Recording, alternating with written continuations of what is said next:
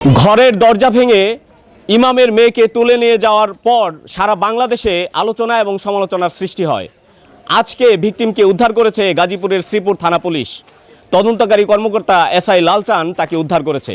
শ্রীপুর থানার ওসি জানিয়েছেন, ভিকটিমের সঙ্গে তিনি কথা বলে জানতে পেরেছেন ঘটনাটি ছিল প্রেম ঘটিত। ছাত্রদল বা রাজনৈতিক কেউ এই ঘটনায় জড়িত নয় বলে তিনি জানতে পেরেছেন। এরা তো ছেলে মেয়ে দুইজন স্বেচ্ছায় আগের দিন পালাই গেছিল, ঘটনার আগের দিন, বুঝতে পারছেন? জি। পরে উনি এই বিষয়টা আমাদেরকে জানাননি। পরে এরা দুই পক্ষ আবার আলোচনা করে মেনে নিবে, সামাজিক ভাবে বিয়ে করাবে বলে তারা আনাইছিল। আনানোর পরে তারা মেয়ের ঘরে নিয়ে তালাবদ্ধ করে রাখছে, আর উনি এদের সাথে বৈঠকে বসছে। পরে ও মেয়ে দিবে না বলছে। এটা নিয়ে তাদের দুই পক্ষের মধ্যে লাগালাগি হয়ে গেছে। কারণ এরা তো মেয়ের বয়স সম্বন্ধে তারা জানে না, আইনগত বিষয়গুলো। তারা বলছে না, মেয়ে বিয়ে করাইছে, এটা ছেলে বলতেছে ছেলের বউ, আমার বউ আমি নিয়ে যাবো। অনেকটা এইভাবে তালা ভেঙে তারা নিয়ে গেছে। ঘটনা হচ্ছে এইটা। আচ্ছা, এই যে এখানে ছাত্র দলের নাম আসছে কয়েকজনের, ছাত্র দলের কি কেউ জড়িত আসলে? ওই ছেলেটা যদি কোনো দল সমর্থন করে হইতে পারে এরকম, কিন্তু এটা রাজনৈতিক ভাবে তো কোনো কিছু নেই, তো বিচ্ছিন্ন ঘটনা, তাই না? মানে রাজনৈতিক কোনো ইয়ে নাই এখানে, ব্যাপার নাই না। কারণ হলো যে এমপি সাহেব নিজে এই মামলা নিতে বলছে, সাথে সাথে আসামি অ্যারেস্ট করে মেয়ে উদ্ধারের কথা বলা বলছে, বুঝলেন নাই? এটা পলিটিক্যাল কোনো ইস্যু নাই ভাই। হ্যাঁ, তবে মেয়ের বক্তব্য আমি জানছি। মেয়ের বক্তব্য হচ্ছে যে আমরা প্রেম করে দুইজন পালাইছে, তার আগের দিন চলে গিয়েছিলাম, আমরা বিয়ে করছি। হ্যাঁ, পরে তার বাবা বলছে যে তাদের দুই পরিবারের সাথে কথা বলে যে ওই মেনে নিবে বলে, সামাজিক ভাবে দিবে বলে টাকা আনছিল। আনানোর পরে মেয়ের পরে তালাবদ্ধ করে রাখে। পরে তাদের সাথে তর্কাতর্কি এক পর্যায়ে ওই ছেলে জোরপূর্বক ওই তালা ভেঙে তার বউকে সে নিয়ে যায়, এবং মেয়ে নিজেও চাইছে যে ওই মানে সে স্বেচ্ছাই গেছে। এবং এগুলো আর কি মেয়ের বক্তব্য হলো এটা, তার বাবা যেটা করতেছে সে সেটা মানে না। এটা এলাকাবাসী সহ আবিদের বাড়িতে যারা ভাড়াটিয়া রয়েছে তাদের কাছ থেকে আমরা জানতে পেরেছি যে ঘটনাটি ছিল প্রেম ঘটিত, এবং এটাই হচ্ছে ভিকটিমের বাড়ি, ভিকটিম ফারিহার বাড়ি। তার পিতা হাদিউল ইসলাম গতকালকে লাইভে যে বক্তব্যে বলেছেন তার মেয়েকে জোরপূর্বক তুলে নিয়ে যাওয়া হয়েছিল, এর একদিন আগেই পহেলা বৈশাখের দিন তার মেয়ে আবিদের সাথে চলে যায়, এবং এরপরে তাকে ফিরে আনা হয় বিয়ের শর্তে। তার বাবা যে শর্তে তাকে ফিরিয়ে এনেছিল, সেই শর্ত তার বাবা যখন রাখছিল না, তখনই আবিদ তার বিয়ে করা বউকে দরজা ভেঙে নিয়ে পালিয়ে যায়। এরপর পরই ঘটনাটি যখন একটি লাইভের মাধ্যমে ছড়িয়ে পড়ে, তখনই সারা বাংলাদেশে আলোচনা এবং সমালোচনার সৃষ্টি হয়। আজকে আমরা এসেছি ঘটনাস্থলে, সরজমিনে যারা এই বিষয়টি প্রত্যক্ষ করেছিল, স্থানীয় একজন বিএনপি নেতা, তার সঙ্গে আমরা যুক্ত হতে চাই এবং জানতে চাই। তাৎক্ষণিকভাবে আমি বিল্লাল হাজি এবং সজল তাদেরকে ফেরানোর জন্য যাই। যাওয়ার পরে অনেক মহিলা, সেখানে শত শত মহিলা আছে। মহিলাদের আক্রমণের কারণে আমরা ঢুকতেও পারি না। মানে আমাদেরকে মহিলাদের তো আর করা যায় না, যদি সামনে করে আমরা তো আর পুরুষ মানুষ, তখন আমরা আর ফেস করতে পারি নাই। পরে আমরা পিছায় আসছি।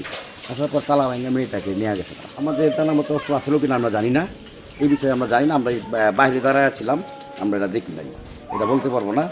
তবে তাদের কাছে ওই যে ওই তালা ভাঙার হাতুড়ি টাতুড়ি এগুলি ছিল, এগুলি হাতে আমরা দেখছি। না, তার না, তাকে বলতে পারে ছাত্র, কিন্তু তার ছাত্র হলে কোনো নাম নাই, কোনো নাম নাই আমার জানা মতে। এই অঞ্চলে আমি দীর্ঘদিন 37 বছর ধরে বিএনপি করি। আমি 37 বছর মধ্যে কে ছাত্র দলের সদস্য, কে যুব দলের সদস্য, কে বিএনপি আমরা জানি। তার কোনো দলে কোনো নাম নাই। ওই ছেলেটার পেশা কি? আবিদ বা সুমিত, ওদের পেশা কি? আবিদ তো এখানে ব্যবসা করে। আবিদ এই সামনেই তার দোকান, আবিদের এই বাসার সামনেই, এবং তাদের যে বাসাটা আছে এই বাসার সামনে তাদের নিজস্ব দোকানেই ও দোকানদারি করে। এই ঘটনায় আমরা যারা আবিদের বাড়িতে ভাড়া থাকেন এবং এই এলাকার যারা সচেতন মহল, তাদের সঙ্গে যুক্ত হতে চাই এবং জানতে চাই যে তারা কি জানেন এই ঘটনায়। মেয়ের সাথে ছেলের অনেক দিনের সম্পর্ক, প্রায় 3 বছরের মতন। ছেলে এত কিছু করে, টাকা পয়সা দোকানতে সব কিছু নিয়ে কারেন্ট না থাকলে, পানি না থাকলে ছেলে অল টপকায় পানি দেয়। 22,000 টাকাতে মোবাইল কিনে দিছে, ঈদের মাঝে 5,000 টাকার মার্কেট করে দিছে ছেলে। তো ছেলের মেয়ের বাপে মা দেখে না এগুলা? অবশ্যই দেখছে।